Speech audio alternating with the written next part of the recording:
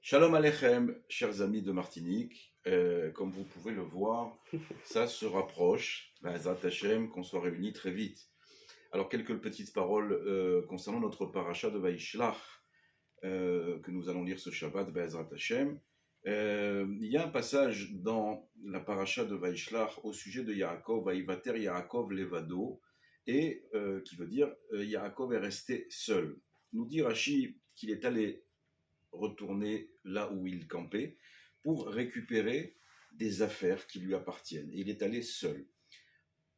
Historiquement, en tout cas chronologiquement, on est au moment où Esav a réuni 400 mercenaires pour venir l'Ikratecha, on dit les anges à Yaakov, pour venir vers Yaakov afin d'en découdre, puisque la haine de Esav ne lui a pas passé après 20 ans. Il souhaite encore faire du mal à son frère. Il y a là bien évidemment beaucoup à dire, mais ce sera peut-être Be'ezrat Hashem l'objet d'un autre cours. Mais à ce moment-là, alors que Yaakov va séparer son camp en deux, mettant dans un premier temps les animaux devant, les servants et les servantes, et à l'arrière, Rivka, Rachel, Léa, Rachel, pardon, les enfants, les 12 Shevatim, subitement, il lui vient l'envie d'aller chercher, nous dit Rashi, une petite fiole notamment d'huile.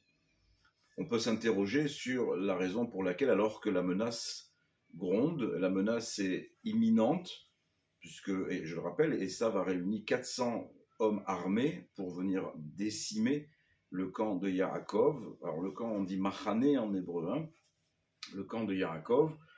Subitement, Yaakov Hatzadik décide d'aller chercher cette petite fiole. On peut se poser la question, quelle en est la raison? Une des premières raisons est que les possessions des tzadikim sont importantes à leurs yeux plus que leur corps. C'est-à-dire que lorsqu'Akadosh Baruch Hu nous a donné quelque chose, une possession, quelle qu'elle soit, eh bien il faut en prendre soin et il ne faut pas négliger cela. Ce qui nous appartient est un cadeau d'Hachem et il faut donner de l'importance, que ce soit une petite fiole d'huile ou une très grosse voiture ou je ne sais encore quelle possession. Il faut faire attention à cela parce que c'est par la bonté d'Akadosh Baruch Hu, par le chesed, que nous possédons ce que nous possédons. Ça, c'est la première raison. La deuxième raison, elle est un petit peu plus ésotérique et un petit peu plus étonnante. Nous dit la Torah du Sod, la Torah du secret, que cette petite fiole, Moraï Verabotai, écoutez bien ce que nous dit nos maîtres à ce sujet, c'est la fiole que vont retrouver les Hashmonaïm dans les décombres du temple que les Grecs vont détruire, et que c'est avec cette fiole-là que les Hashmonaïm vont allumer la menorah qui devait durer un jour et qui va durer 8 jours.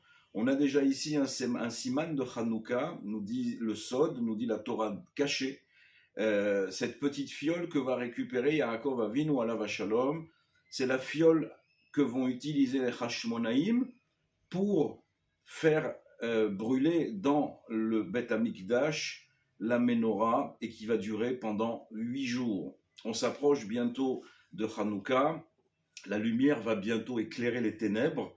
C'est évidemment pas quelque chose d'anodin, comme tout ce qui se passe dans nos vies n'est pas fortuit. Tout cela répond à un projet, répond à un parcours qu'Akadosh Baruch Hu dessine pour chacun d'entre nous, puisque nous le savons grâce à la paracha de Shemot, Akadosh Baruch Hu connaît chacun de ses enfants par son prénom, nous dit Rashi, lorsqu'il appelle les étoiles le soir et le matin pour rentrer ou sortir, éclairer la nuit, il les appelle chacune par leur prénom, Kalvachomer, qu'il nous connaît évidemment chacun. Il dessine pour nous un projet. Yaakov Avinu retourne chercher cette fiole qui va jouer un rôle décisif dans l'histoire du clan d'Israël avec la lumière de Hanouka qui va déchirer l'obscurité pendant 8 jours.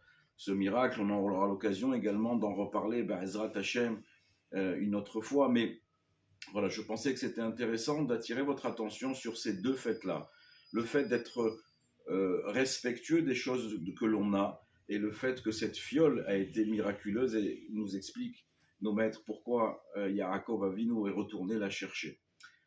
Je profite également de ce petit moment pour, même si je ne me manifeste pas plus que ça pour l'instant, j'entends beaucoup d'investissements et j'entends et je vois beaucoup de mobilisation de la communauté. D'abord, je vous félicite, je vous en remercie. Euh, Encore une fois, on s'approche de Hanouka, l'obscurité est épaisse.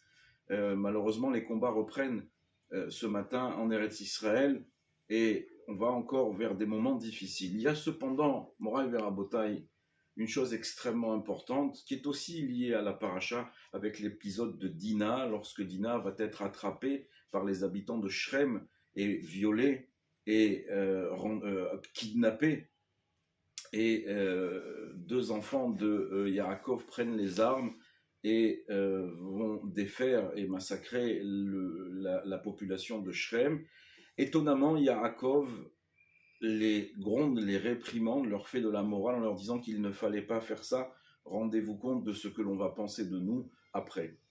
On rentrera pas dans la raison, pas la raison, c'est pas véritablement ce qui nous intéresse parce qu'il y a beaucoup à dire là-dessus et certainement pas à faire des rapprochements maladroits. Cependant, Yaakov amène comme raison à ce recadrage de ces deux fils que lorsqu'il leur dit « j'avais mon arc et mon épée pour me défendre », nos maîtres nous disent que l'arme d'Israël reste avant tout la tefila.